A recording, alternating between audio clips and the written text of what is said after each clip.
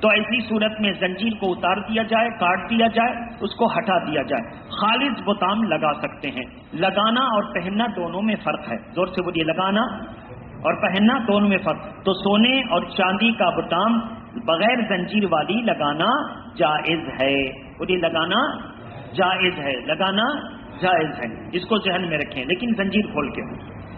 تو بہرحال ہمیں اپنی نمازوں کو بچانا ہے اور قاعدے قانون سے رہنا ہے اور اپنے کالر کے بٹن کو بند کر لینا ہے۔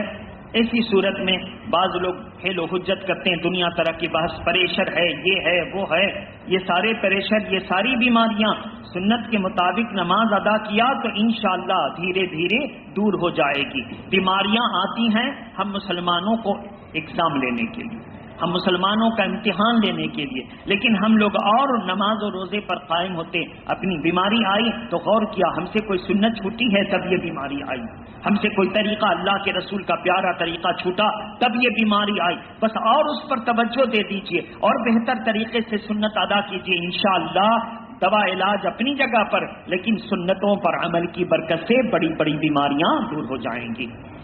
ہمیں یقین ہے کہ آپ کو یہ باتیں ذہن میں محضر ہو گئی ہوں گی اور محفوظ ہو گئی ہوں گی۔ اللہ تبارک تعالی ہماری اور آپ کی اس حاضری کو، گفتگو کو، سننے سنانے کو غلطیوں لغزشوں سے معاف کرتے ہوئے قبول فرمائے۔ وآخر دعوانا الحمدللہ رب العالمین۔ السلام علیکم۔